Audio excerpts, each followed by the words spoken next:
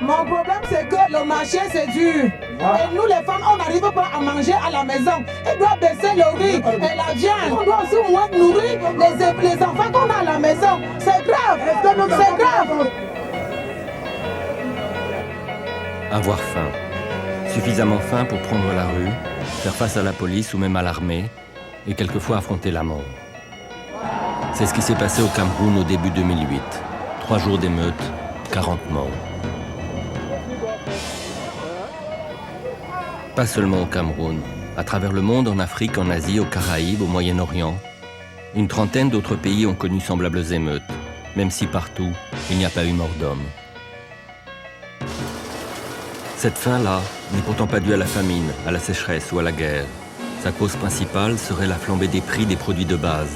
C'est ce qu'on a appelé une crise alimentaire. La crise touche tout le monde. Dans les pays pauvres, c'est une question de survie. Chez les riches, on parle de cherté de la vie. Mais cette crise est-elle passagère? Saura-t-on lui trouver une réponse? Pour aujourd'hui, aussi pour demain?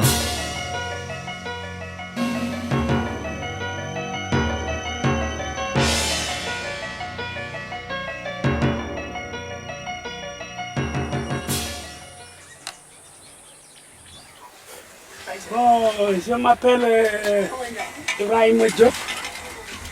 Je suis un petit paysan sénégalais qui travaille la terre.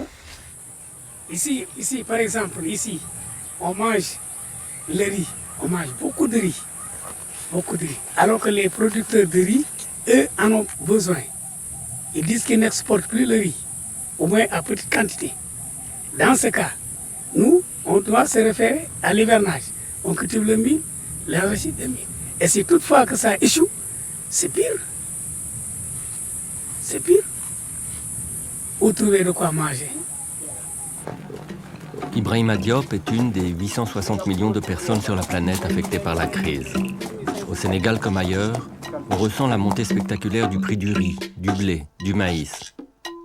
Au Sénégal, le riz est devenu l'aliment principal, alors que sa production locale est insuffisante, et son coût bien supérieur à celui du riz importé. Je suis en train de chercher du riz.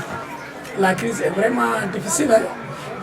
Alors je demande à mon oncle là, est-ce que lui, il peut avoir du riz ou bien il a du riz dans le marché? C'est ça quoi. Oui, je ne peux même pas avoir 1 kilo de riz. Tout dernièrement, c'est le gouvernement sénégalais qui nous a aidés à nous donner de quoi manger. Parce que nous n'avons pas de maïs, ni de mil, ni de niébé, absolument rien dans le marché. Nous ne mangeons pas à notre faim actuellement. Ici, c'était un magasin grossiste. On y vendait du riz. Il y avait beaucoup de riz, mais il n'y en a plus actuellement. Il n'y a que des ciments, des aliments bétail et du maïs. C'est un maïs OGM. C'est la crise alimentaire qui nous oblige à manger ce maïs. Hein?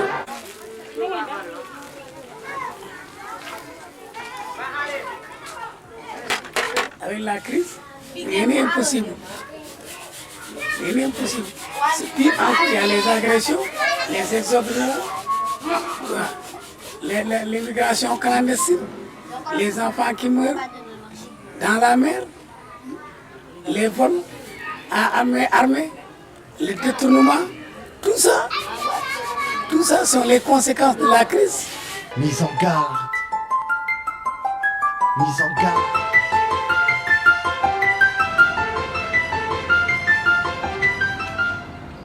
Au nom d'Ibrahima et de ceux qui, comme lui, subissent la crise, nous sommes donc allés à la rencontre de ceux qui ont le pouvoir de prendre des décisions. Rome, un sommet d'urgence sur la sécurité alimentaire, ne devait être au départ qu'une conférence de plus sur le changement climatique et les bioénergies. À l'initiative de la FAO, l'Agence des Nations Unies pour l'alimentation et l'agriculture, 180 pays, 40 chefs d'État sont venus, y compris Silvio Berlusconi. L'attente est grande. Seront-ils capables au moins d'esquisser des solutions à cette crise? Dès l'ouverture officielle, le secrétaire général des Nations Unies lance un appel solennel. Je vous demande de prendre des mesures audacieuses et urgentes pour faire face aux causes qui sont à l'origine de cette crise alimentaire. Nous voulons un véritable engagement pour une amélioration de la situation.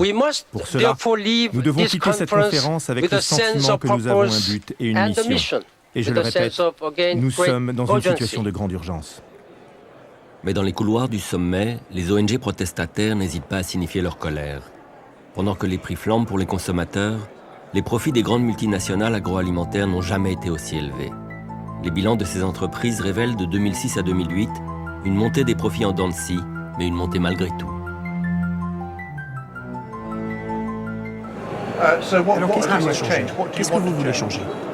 Eh bien, la priorité est mise sur le commerce et l'argent. Alors qu'aujourd'hui, la priorité devrait être de produire des aliments pour nourrir le monde. Et ce sont les petits fermiers qui nourrissent le monde. En Europe, chaque minute, une ferme familiale disparaît. Il s'agit d'une crise mondiale pour tous les petits paysans partout dans le monde. Vous faites comment, vous appelez-vous? Paul Nicholson. Paul Nicholson.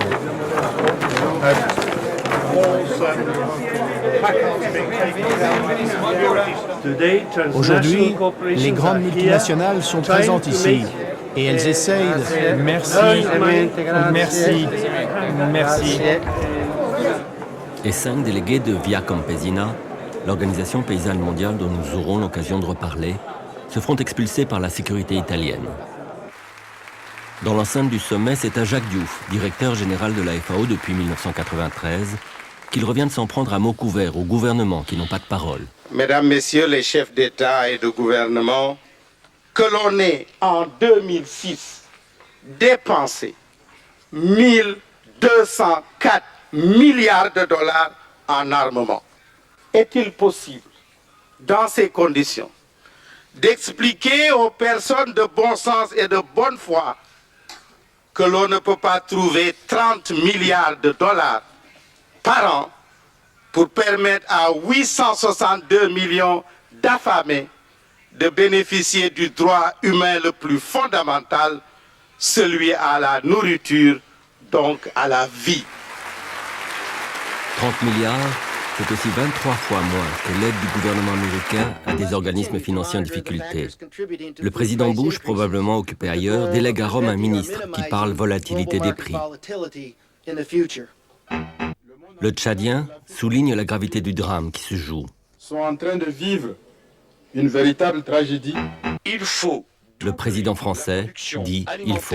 Mondial d'ici à 2050.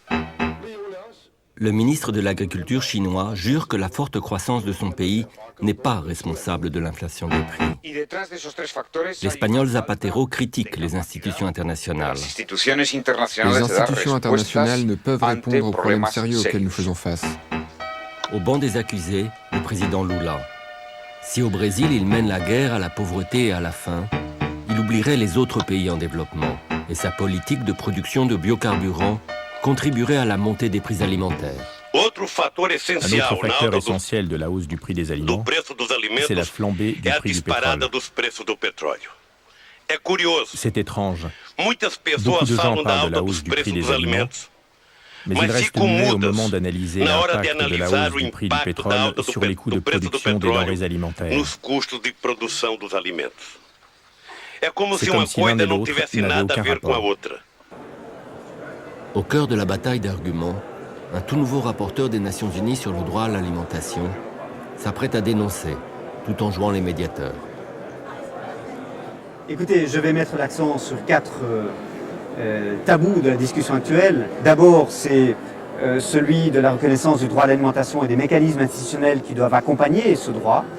Deuxièmement, c'est la nécessité de rencontrer de front les questions que nous posent des organisations comme Via Campesina sur le type de développement agricole que nous voulons pour l'avenir. Troisièmement, c'est la question de la spéculation financière qui n'est pas suffisamment prise au sérieux, je crois, dans les réponses que l'on donne à la crise actuelle.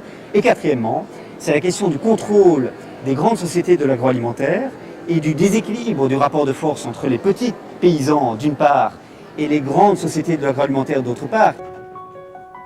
Et à la tribune officielle, il émettra un vœu peut-être pieux.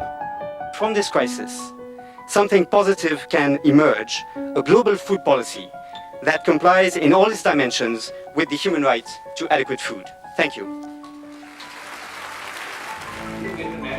Mais sur le champ, le résultat officiel de la conférence, 5 milliards de dollars de promesses sur les 30 espérés, et aussi la création d'une task force de plus entre institutions internationales, est loin de satisfaire ONG et syndicats.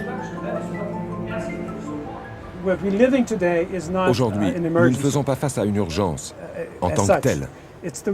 C'est le résultat de 30 ans d'une politique totalement déplacée, qui était basée sur les décisions du FMI, de la Banque mondiale, ce qu'on appelle les institutions de Bretton Woods, avec ce qu'ils appellent le consensus de Washington.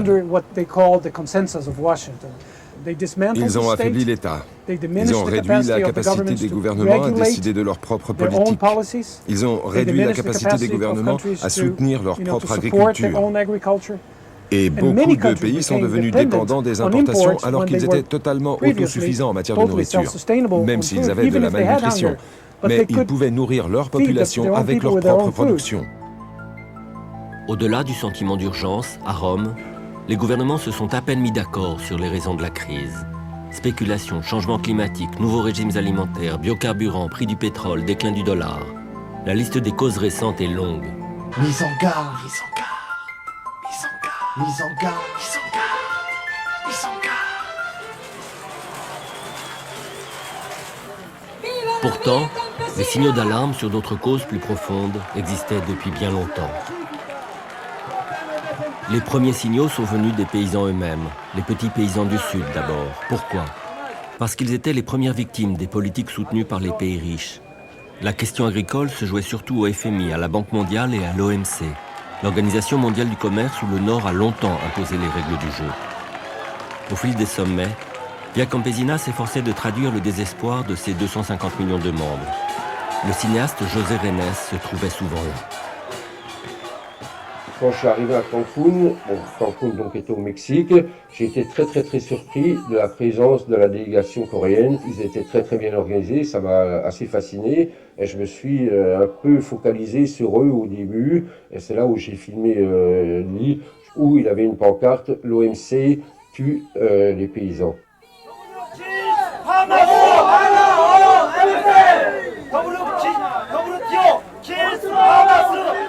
Et quand je l'ai vu au-dessus de la barrière à la grande manifestation, la première grande manifestation, il m'a intrigué. J'étais sur lui, j'ai fait un panoramique sur la foule et quand je suis revenu, il n'était plus là. Et il venait de se suicider, c'est-à-dire il s'était donné un grand coup de couteau dans le ventre et il est mort quelques minutes plus tard à l'hôpital. Et ça a changé complètement tout ce qui était prévu, les manifestations contre l'OMC. Il y a eu vraiment beaucoup d'émotions et c'est devenu un symbole très fort, et même encore aujourd'hui. Compañero Lee, compañero Lee. Tiahui mexicas, tiahui coreanos, un solo corazón. Un solo pensamiento, un solo trabajo. ¡Yahui!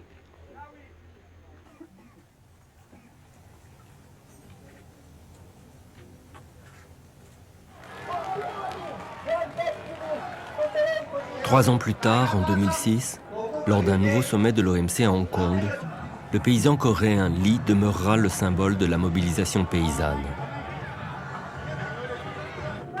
Le but des protestataires, c'est toujours de perturber la négociation officielle et de faire en sorte que l'agriculture ne soit pas traitée comme les autres domaines du commerce. José Renes est encore là. L'objectif, c'était de rentrer à l'OMC. Et là, c'était très bien mis au point, style guérilla urbaine, mais sans grande violence. Ils ont réussi à arriver au pied de l'OMC. Nous sommes un groupe de survivants qui refusent de disparaître. Nous sommes la garantie pour la souveraineté de nos pays. Nous sommes la garantie pour produire les aliments dont l'humanité a besoin. Les aliments en quantité et de la qualité nécessaire. Toutes les propositions de Via Campesina, ça vient des paysans, du monde paysan lui-même. Et pas du tout, on n'a pas fait appel à des experts d'ONG autres, c'est une réflexion des paysans eux-mêmes. What kind of actions are you going to take today? We're here for the moment we're in a demonstration. People want to go and say why they are fighting against the cure, why they are fighting for their life.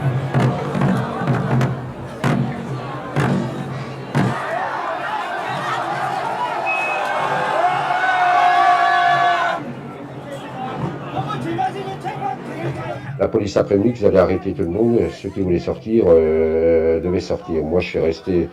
Je pensais pouvoir ressortir avant les arrestations. Et comme j'avais choisi de rester, je me suis fait arrêter avec les Coréens. Et donc, on s'est retrouvés à exactement à 980, je crois, en prison pendant 2 jours. Ouais. En combien de temps? 2 jours, 48 heures. C'est-à-dire jusqu'à la fin des négociations de l'OMC, jusqu'au moment où notre avion était prévu. La première fois que nous avons rencontré Ibrahima Diop, il était déjà inquiet. Sa vie d'éleveur de poulets était rendue impossible par les subventions à l'exportation dont bénéficiaient les fermiers d'Europe et du Nord. Un signal d'alarme parmi tant d'autres.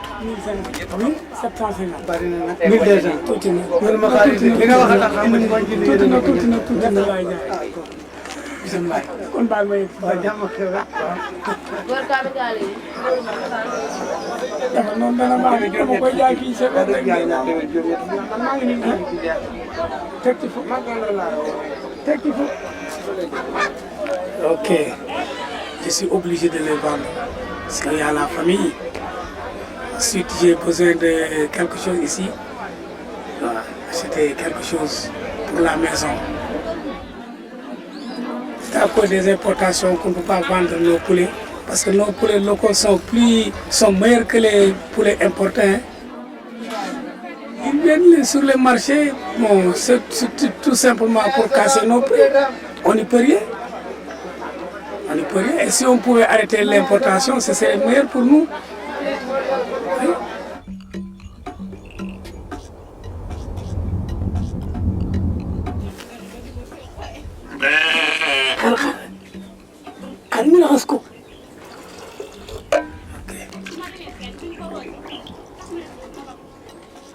On dit que les cuisses de poulet viennent d'Europe. Mais où? Je ne sais pas. Est-ce que ces cuisses de poulet sont aptes à la consommation? Je ne sais pas. En tout cas, on les vend ici, au Sénégal, au détriment de nous, les paysans. Bon, j'aimerais que mon appel soit entendu. Oui. Dans la mesure où il serve à quelque chose. Merci.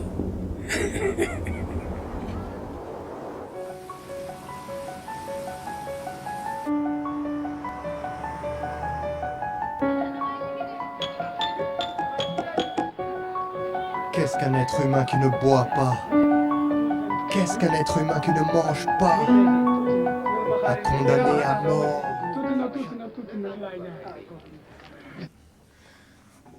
C'est assez édifiant. Moi, je pense que c'est heureux qu'un agriculteur au Sénégal dise exactement ce que nous disons au plan international.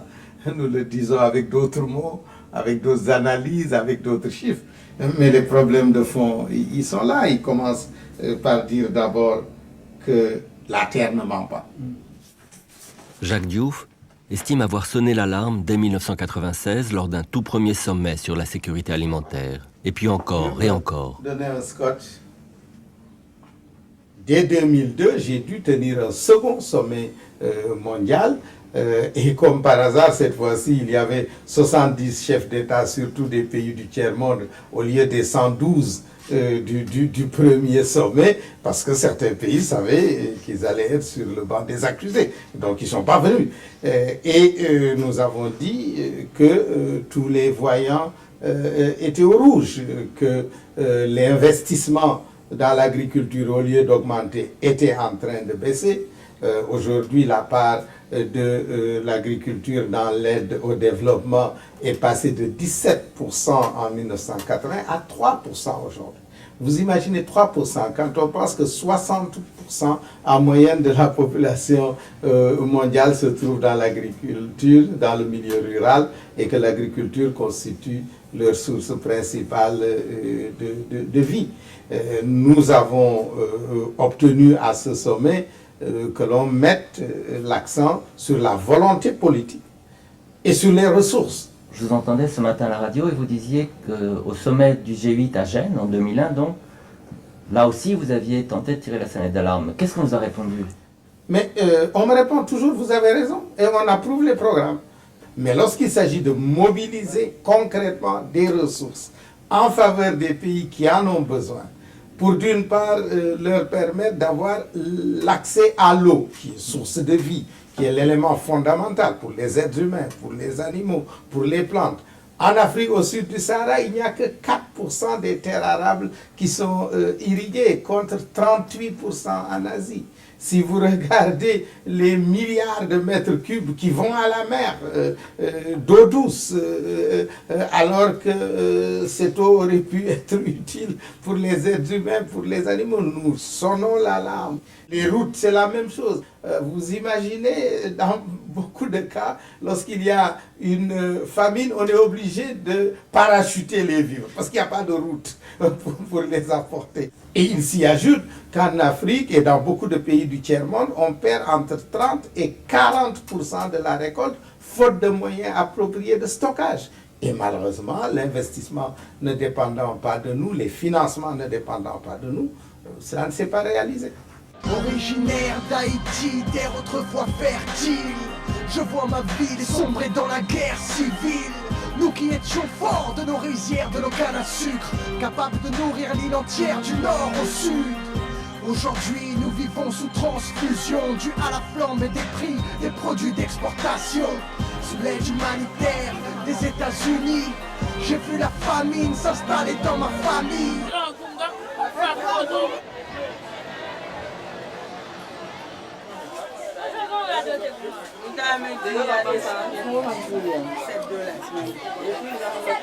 Non, dernier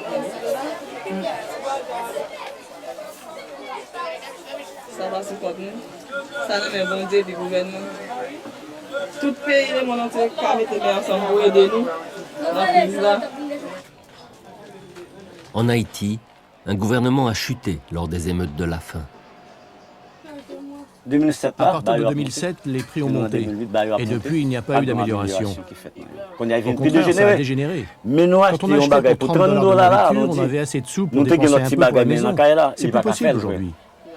Ma fille ici, elle mange son plat, pas de l'eau et c'est tout. Pas de jus à boire, rien. Tu comprends ce que je dis? Imagine ma fille tombe dans le trou et je dois l'emmener à l'hôpital. Je peux pas, j'ai pas un centime. Qu'est-ce que tu veux que je fasse? Rien. Me résigner.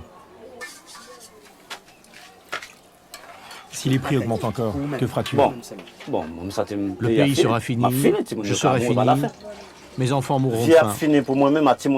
Ma vie sera finie et la vie de mes enfants aussi. Sans argent, ils ne peuvent pas aller à l'école. Ils resteront à la maison et la faim les tuera. Si je pouvais avoir un travail, j'arriverais à aider mes enfants. Le but de ma vie, c'est de travailler pour aider mes enfants. Quand mon père m'élevait, il n'avait pas le temps et la possibilité de m'envoyer à l'école supérieure. Mais il nous a appris un travail pour vivre, pour qu'on ne devienne pas des délinquants. Parce que les gens qui envoient des pierres dans la rue, c'est parce qu'ils ont faim. Moi, si j'ai très faim, je n'aurais pas idée de le faire. Mais si je n'avais pas d'éducation, et qu'il y a une manifestation et que j'ai faim, je ferais comme les autres. Tu as peur? Non. Mourir de faim, c'est bien possible, mais grâce à Dieu, on survit. Il n'y a personne pour m'aider.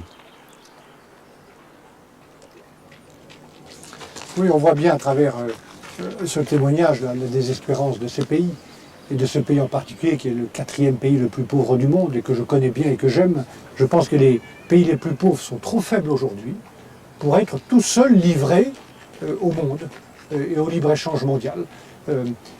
On les a encouragés, nous-mêmes d'ailleurs, anciens pays colonisateurs, à avoir une production agricole pour exporter. On ne les a pas aidés à avoir une production agricole pour se nourrir. Enfin, je pense que la première clé pour relever le défi alimentaire des pays les plus pauvres, c'est la production vivrière, familiale, de proximité. Et donc c'est ça qu'il faut construire, non pas avec les méthodes d'il y a 100 ans ou 150 ans, avec les méthodes d'aujourd'hui, mais encore, ici même, vous êtes en Savoie, dans mon pays, dans la province dont j'ai été élu pendant 20 ans, vous avez de toutes petites exploitations agricoles. Simplement, elles ne ressemblent pas, dans leur gestion, dans leur méthode, dans leur sécurité sanitaire, à ce qu'elles étaient il y a 100 ans. Donc, ma réponse, c'est que dans ces pays, le premier défi, c'est de reconstruire cette agriculture-là. Et ça n'interdit pas, parallèlement, de continuer à produire pour exporter. Qui va nourrir le monde? En posant cette question, l'Europe, sous présidence française, va tenter de mobiliser sur la crise. Mais une ligne de fracture inédite se dessine en son sein entre partisans du marché à tout prix et ceux d'une régulation du marché par les États. Je suis complètement d'accord avec le fait que nous avons certaines limites planétaires, mais je ne pense pas que nous les ayons déjà atteintes. Et je pense que certains pays ont un potentiel énorme d'augmenter leur production. En Europe, il est sans doute plus limité que dans certains pays en développement. Vous devez garder en tête, et nous en avons parlé plus tôt, la recherche, l'innovation et les biotechnologies. Et je sais que certains détestent quand on parle des OGM, mais je pense qu'ils font partie du débat que nous devrons avoir sur le futur, le développement et sur la possibilité de nourrir la planète. Je suis complètement d'accord avec le raisonnement que sur le plan technique, une augmentation du commerce fera partie de la solution à la situation actuelle.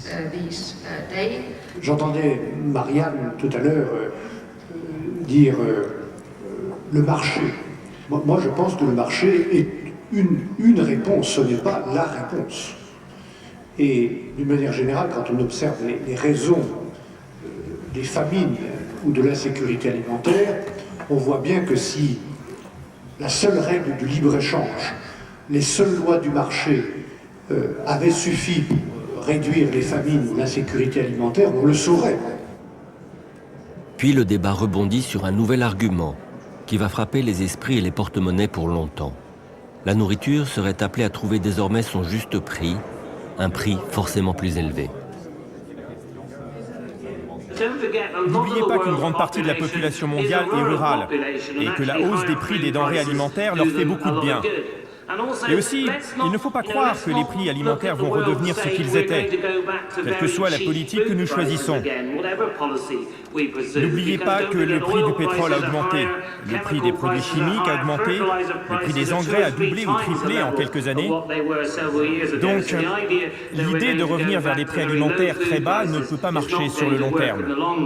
Il n'y aura pas de développement agricole si la politique agricole venait à faire en sorte que les prix payés aux producteurs soient alignés sur toujours ce que l'on trouve de plus bas dans le monde.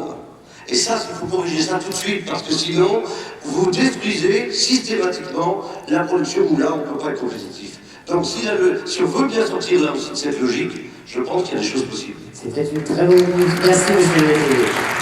Et puis, autre surprise, la Banque mondiale, longtemps au cœur des polémiques pour ses pressions néolibérales, affiche maintenant un nouveau visage, aux côtés des pays du Sud, et en appelle au réalisme et à la générosité. Je crois que ce que nous devons faire à la fin de ces discussions, c'est de vraiment se dire qu'est-ce qu'on fait. On doit s'occuper de ceux qui souffrent en ce moment. La situation pourrait être améliorée si l'Union européenne et les pays de l'OCDE allouaient seulement 10% de leurs subventions agricoles à l'amélioration de l'agriculture dans les pays en développement. 10%, cela représente à peu près 30 milliards de dollars.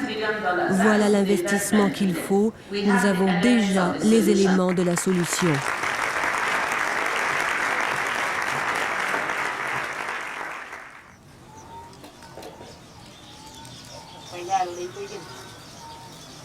C'est le riz thaïlandais. Oui. Éléphant d'huile parfumée thaïlandais. Oui, brisure de riz. Ici au Sénégal, on cultive du riz dans la vallée comme dans le sud. Au on est en mesure de produire le riz que nous consommons.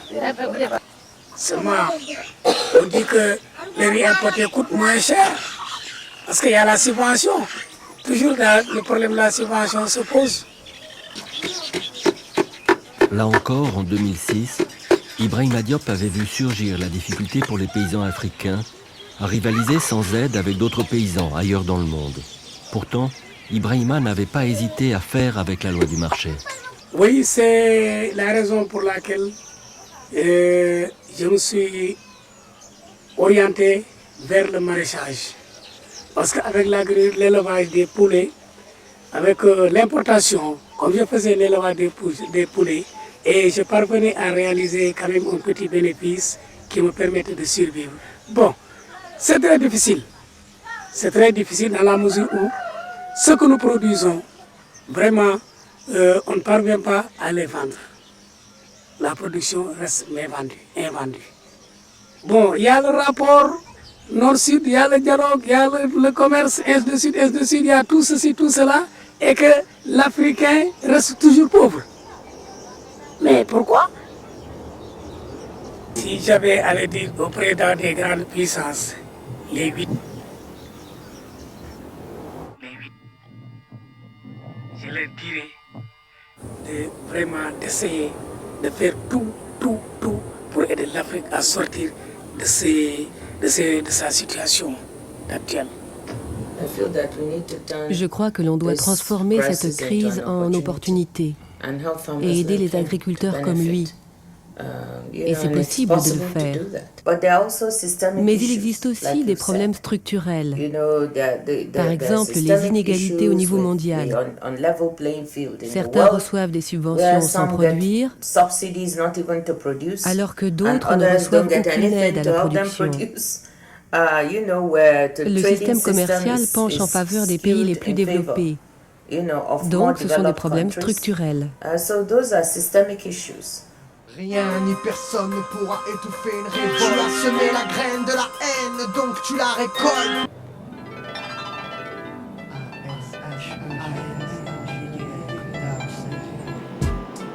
Un des paradoxes de la crise, c'est aussi que des pays comme la Thaïlande, deuxième producteur au monde de riz et plus grand exportateur, puissent être touchés par elle.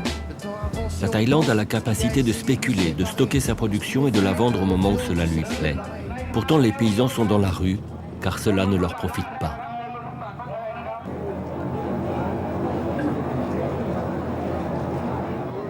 Premier ministre pendant les émeutes, Samak Sundaravej a dû démissionner depuis. Il avait une passion pour les questions alimentaires et même une émission culinaire hebdomadaire, un peu en contradiction avec les devoirs d'une charge qu'il appelle face aux spectateurs, consommateurs et néanmoins concitoyens. En regardant la situation, nous nous sommes aperçus que le prix du riz avait beaucoup plus augmenté que d'habitude. Puis le prix a baissé plus que la normale. Cela relève maintenant de la responsabilité de ceux qui sont au gouvernement. Et nous allons fixer la vente du riz à 14 000 bahts la tonne. Tout cela pourra être fait dès demain, afin de ramener les mécanismes du marché à un statut normal, et qu'aucune force ne puisse fausser le marché. En fait, quand vous me demandez qui profite, je réponds que les paysans en profitent le plus. Alors pourquoi restent-ils pauvres? C'est une bonne question. À vrai dire, ils sont pauvres parce qu'ils n'ont pas assez de terre à se diviser entre eux.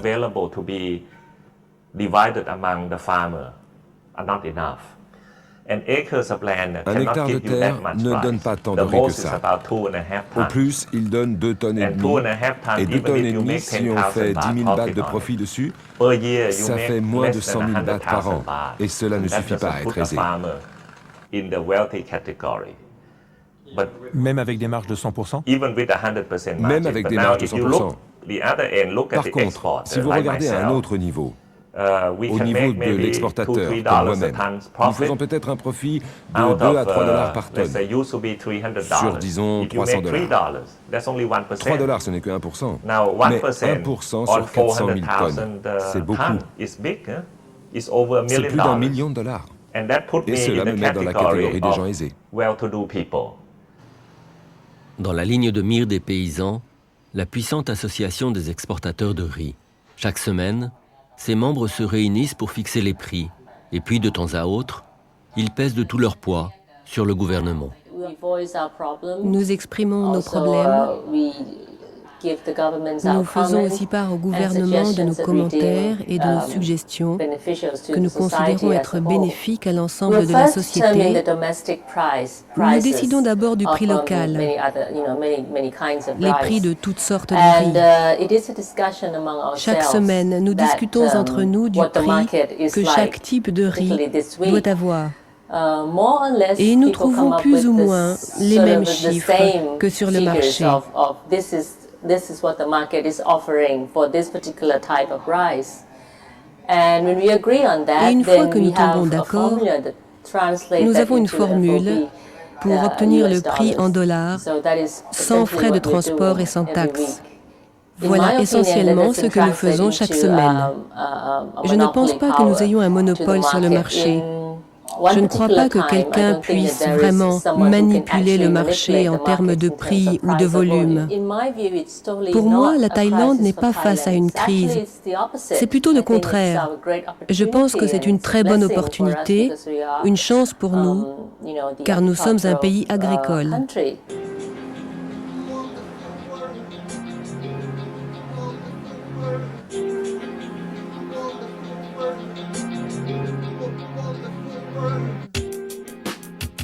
En langue thaï, il n'y a pas de mot pour dire la faim. La nourriture a toujours été abondante et abordable, mais une grande part de la population vit avec moins de 150 € par mois, et la récente flambée des prix rend les choses inaccessibles.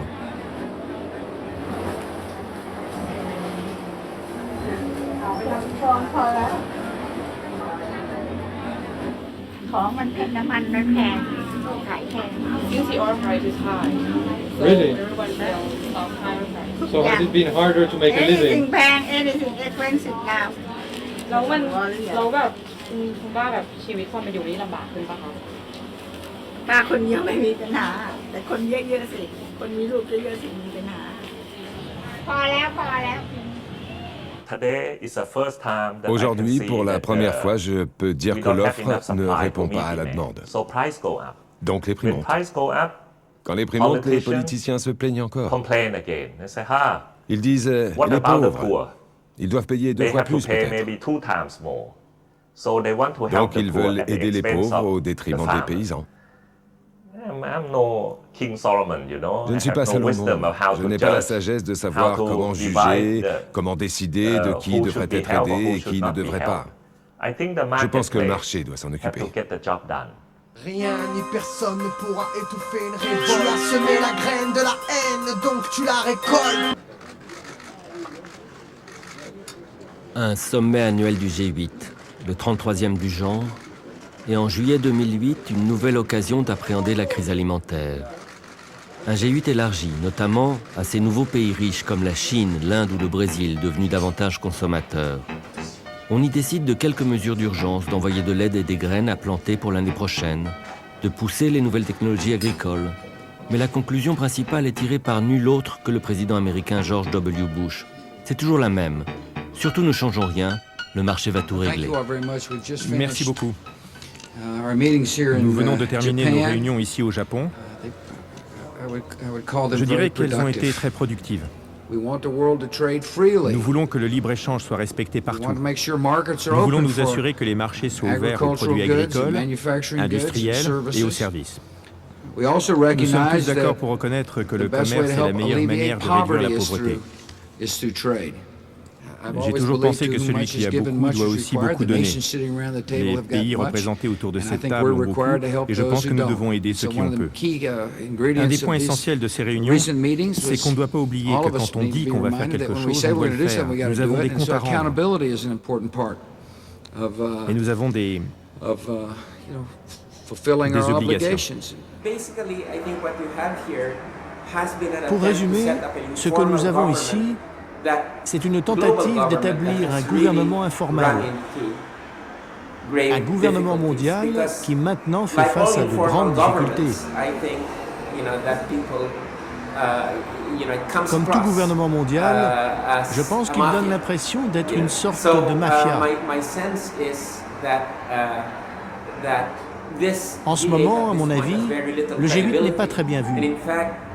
Et d'ailleurs, si vous regardez partout dans le monde, même la presse reconnue, New York Times et Financial Times compris, donne très peu de crédibilité au G8 et le montre comme un lieu de bavardage.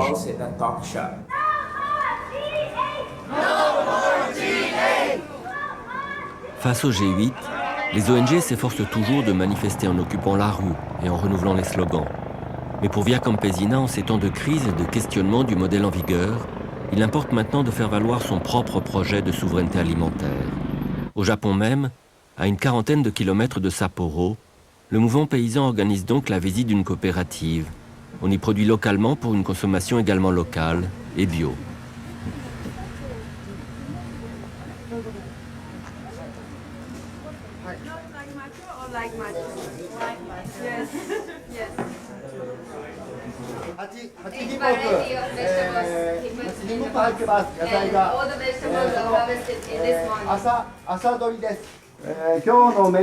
So that's the menu of today.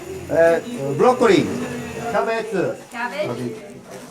Chinese cabbage, chengensai, carrot, ninjin,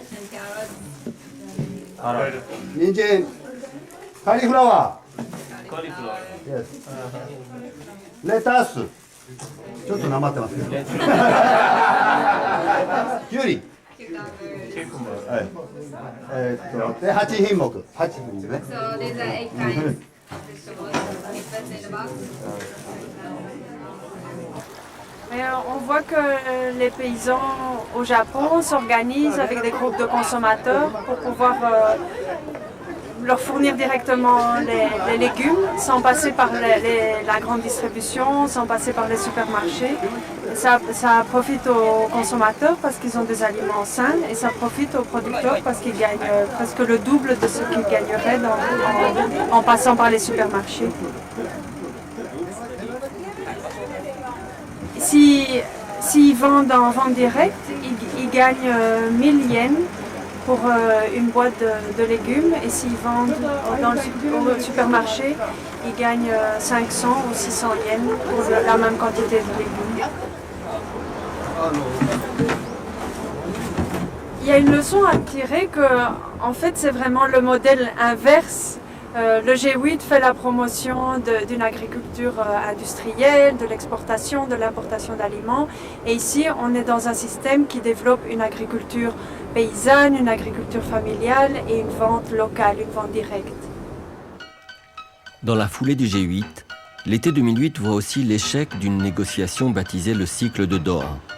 La négociation bute entre les États-Unis et l'Inde sur le 18e des 20 points en discussion. Un point qui aurait permis aux pays en développement de limiter leurs importations. Mais le gel des négociations, cela veut dire que l'engagement des pays du Nord de mettre un terme à certaines pratiques ne tient plus. Le directeur général de l'OMC déplore une de ces pratiques. C'est la métaphore de l'orange. En juillet dernier à Bruxelles, je vous ai entendu dire la chose suivante. Jacques Diouf avait parlé d'escalade tarifaire et vous avez parlé, vous, plutôt d'un vieux truc hérité du colonialisme. Qu'est-ce que ça désignait ? Mais la même chose que ce dont Jacques Diouf parlait. Hein. Le vieux truc colonial de l'escalade tarifaire consiste, et on en a vu des tas d'exemples au 19e et au 20e siècle, pour une puissance coloniale à établir des relations commerciales avec une colonie, de telle sorte que quand cette colonie exporte vers le colonisateur des matières premières de base, elles ne sont pas taxées, et si la colonie se met à avoir l'idée de monter dans la valeur ajoutée, à ce moment-là, on commence à le taxer de plus en plus fort. Ce qu'on appelle l'escalade tarifaire, c'est j'exporte des oranges, droit 0, j'exporte du jus d'orange, droit 15%, j'exporte du jus d'orange congelé, droit 30%, j'exporte du jus d'orange en petits paquets bien faits de telle sorte que le consommateur le trouve dans le supermarché, droit 40%. Ça, c'est l'escalade tarifaire. Face à la crise alimentaire, certains pays riches sont en train de mettre en œuvre une démarche tout à fait nouvelle et scandaleuse, dénoncée par la FAO. Il s'agit d'acheter des pans entiers de territoire à des pays pauvres et d'y créer de gigantesques parcs alimentaires dont la production sera destinée à l'exportation. Ce n'est pas un cas isolé. L'Arabie saoudite, les Émirats, la Chine y travaillent. Parmi les pays pauvres qui s'apprêtent à dire oui, le Soudan, l'Ukraine, le Pakistan, l'Indonésie et l'Inde. Dans la province du Maharashtra, un journaliste indien dévoile le projet qui se prépare. Je suis dans une petite ferme dans laquelle le fermier fait pousser du maïs. Il y a un très grand méga-food park qui va arriver près de cette région. Et je me demande comment les fermiers vont réagir face à l'opportunité de se faire de l'argent et de se détourner des cultures traditionnelles pour cultiver des pommes de terre et des tomates qui pourraient être très facilement transformées par les méga-food parks et exportées.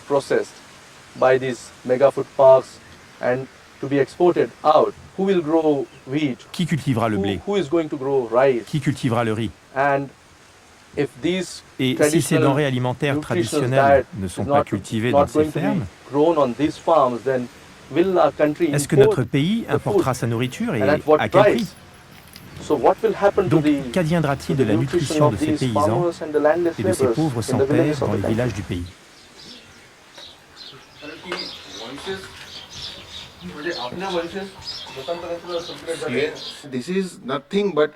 Ce n'est qu'une conspiration pour exploiter notre pays, pour vendre leur technologie et rien d'autre. Et cela ne va pas régler le problème des paysans, qui est d'obtenir un bon prix pour leur production au marché. C'est pour ça que je dis toujours que ce nouveau système commercial que nous apporte l'OMC n'est rien que du néocolonialisme. Nous étions une colonie britannique et les Britanniques voulaient nous traiter comme des esclaves. Mais aujourd'hui, on veut nous maintenir en esclavage pour avoir de la nourriture bon marché. Et c'est pour cela qu'ils considèrent les producteurs de nourriture comme des esclaves.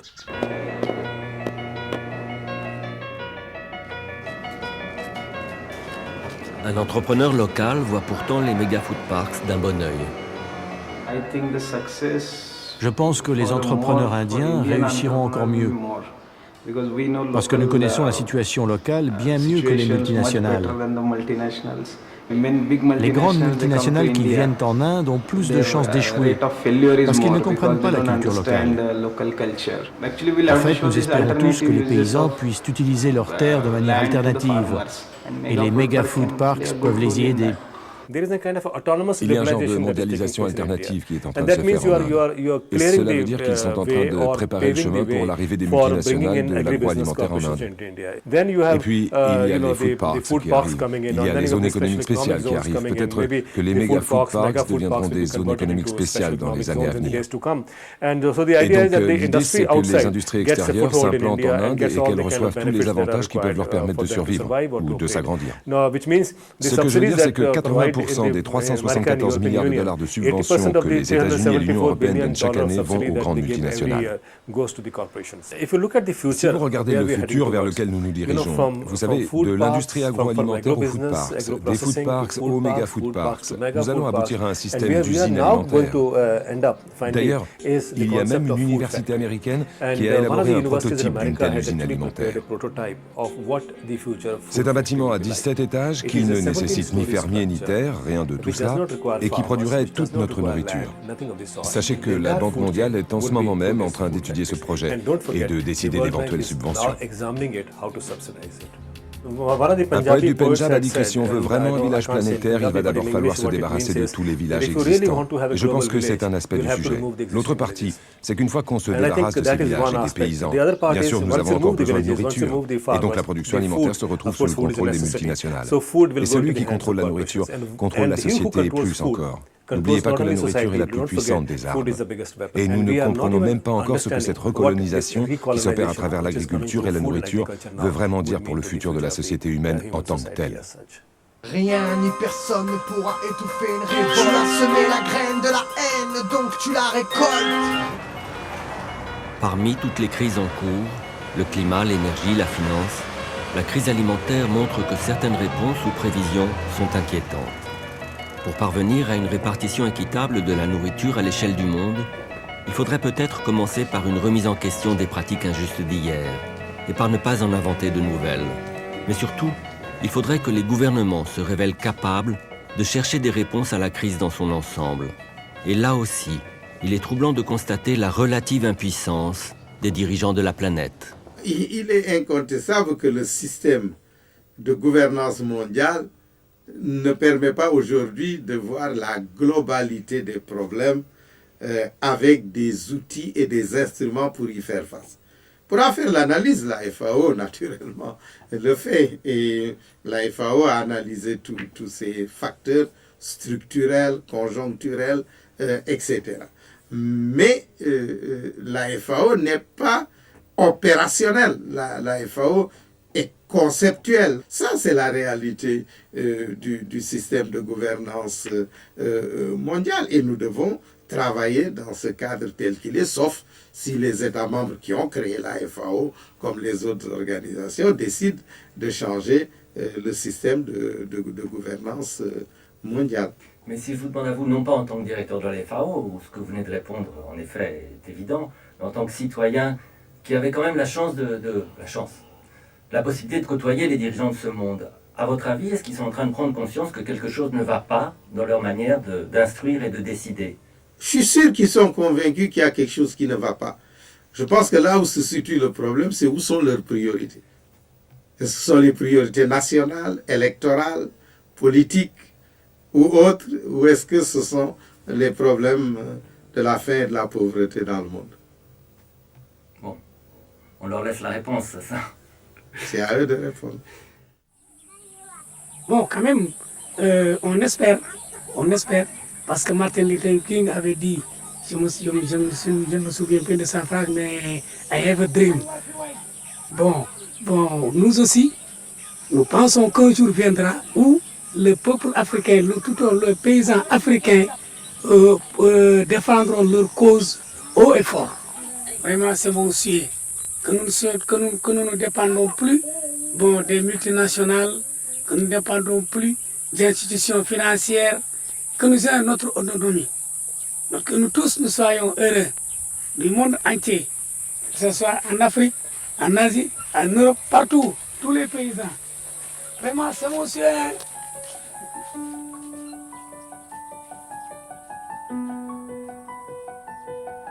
On a faim, c'est le début de la fin. Le ventre vide, il ne reste que la rue à prendre. Et peu importe les risques à prendre, c'est le seul moyen de nous faire entendre, d'apprendre au monde, lui faire comprendre que cette crise le guette lui aussi. Lui, vous, nous, nos familles. Ma ville est à feu et à sang. Dans la tourmente des vents violents, le monde bascule doucement vers sa fin prématurée. Des gens qui ont faim deviennent des soldats prêts à tuer. Les rues sont noires de fumée, mes voisins crient leur révolte contre la hausse des prix. Mon Dieu, cette chance que nous avions, nous étions fœtus nourris et sous protection du placenta de nos mères aux gens.